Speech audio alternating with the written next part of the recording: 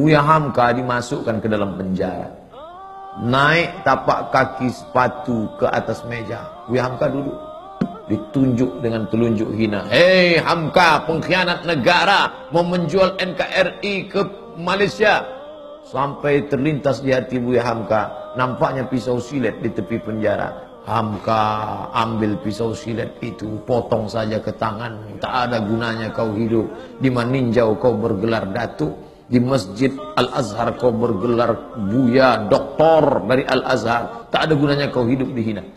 Itu saking sakitnya hati Buya Hamka, dituliskannya dalam buku Tasawuf Modern. Beli Tasawuf Modern.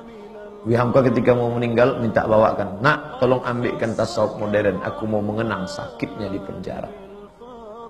Waktu sakitku makin parah, kata Buya Hamka, dipindahkan aku ke rumah sakit hadiah dari pemerintah Rusia di Jakarta, namanya Rumah Sakit Persahabatan. Disitulah Buya Hamka sampai akhirnya PKI tumbang dan Buya Hamka keluar. Buya Hamka tetap berdakwah, jadi imam ceramah. Ketika dia sedang duduk di rumah, datanglah orang membawa secari kertas. Assalamualaikum Buya. Waalaikumsalam. Tolong baca kertas ini. Apa isinya? Kalau aku mati nanti, tolong yang menyolatkan jenazahku adalah Hamka.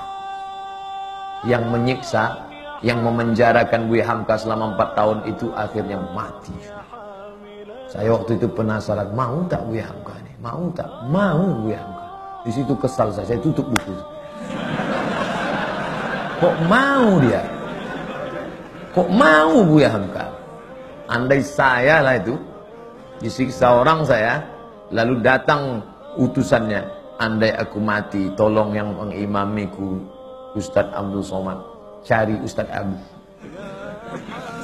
Aku tak mau, sampai mati takkan ku sholat kan. Barulah saya sadar betapa lembutnya hati Buya Hamka, lunak.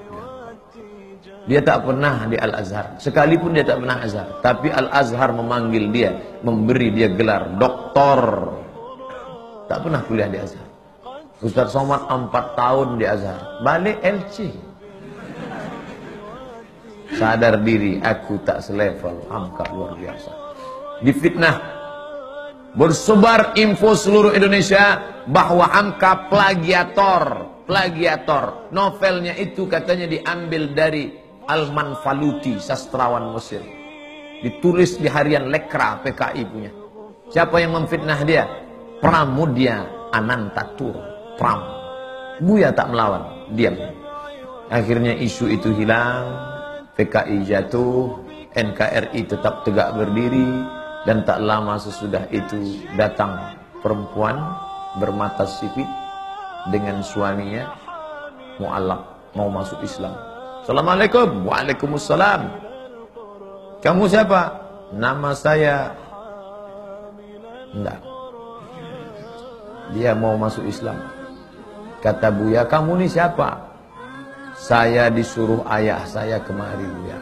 Untuk apa? Supaya suami saya ini calon masuk Islam, belajar Islam sama Buya. Nama ayah kamu siapa? Pramudia Anantatur. Begitu cara Pram minta maaf. Dia tak datang ke rumah Hamka. Anak menantunya disuruhnya belajar Islam. Dan Hamka mengajar menantu Pram itu sampai paham Islam. Lembut hati Hamka. Padahal fitnah luar biasa. Andai saya lah jadi Hamka waktu itu. Datang orang mau belajar Islam, sampai mati tak akan kuajar. Kau cari aja Ustaz lain. Itu Ustaz di MDI 1000 orang. Di IKMI ada 600 orang. Panas hati gue. Karena kalau hati kita panas, ngajar orang tak betul. Bismillahirrahmanirrahim. Kita marah. Tapi ternyata marah Hamka itu melebur.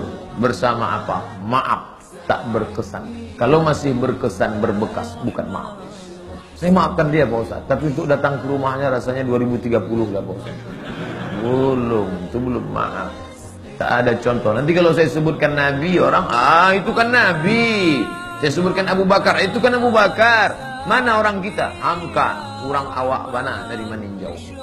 Bisa dia memaafkan. Luar biasa Haji Abdul Malik. Tapi jangan bayangkan Hamka itu tak pemarah. Hamka itu pemarah. Waktu dia pergi haji naik kapal, berhentilah kapal di pelabuhan Padang. Sampai di pelabuhan, mau sholat, Ada pegawai kapal melarang sholat. Mau ngadu mereka ke Buya. Buya, ya ini ada pegawai kapal melarang sholat berjamaah. Katanya tak ada sholat berjamaah di kapal. Sholat aja di kamar masing-masing. Oh, bangkit Buya Hamka. Mana orangnya? Ini Amaang kurang aja, Apaang kurang aja, Datuk Ninik Ang kurang aja. Itu asli, tak saya robah bahasanya. Buka buku judulnya Ayah, ditulis oleh Irfan Hamka. Dia ikut melaksanakan haji, naik kapal dan menengok Buya Hamka marah luar biasa. Jadi Hamka itu ada saatnya dia marah, ada saatnya dia lunak, ada saatnya dia berkonfrontasi, ada saatnya dia lembut. Dalam masalah kunut subuh, lembut hati Buya Hamka. Diundang oleh orang NU di Jember, diangkatnya tangan. Allahumma hdina fiman hadain, amin.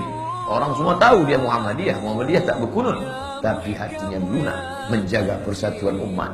Tapi ketika diajak dia oleh HMI, oleh Himpunan Mahasiswa Indonesia untuk menyambut Paus Paulus, tak mau. Ayolah Buya, kita tunjukkan bahwa kita ini welcome terhadap Paus. Tidak.